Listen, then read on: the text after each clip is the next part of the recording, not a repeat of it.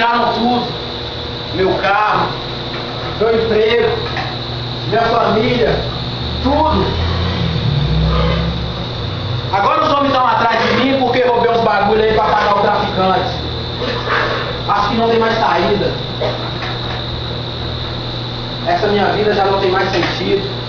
Meus olhos sempre vermelhos, minhas veias cheias dessa maldita droga. Será que você pode me ajudar a largar disso? Será que você pode me dar uma nova vida? Uma nova esperança? Um novo sorrir? Mas você fica tão mente, tão quieta. Por quê? Por que você fica tão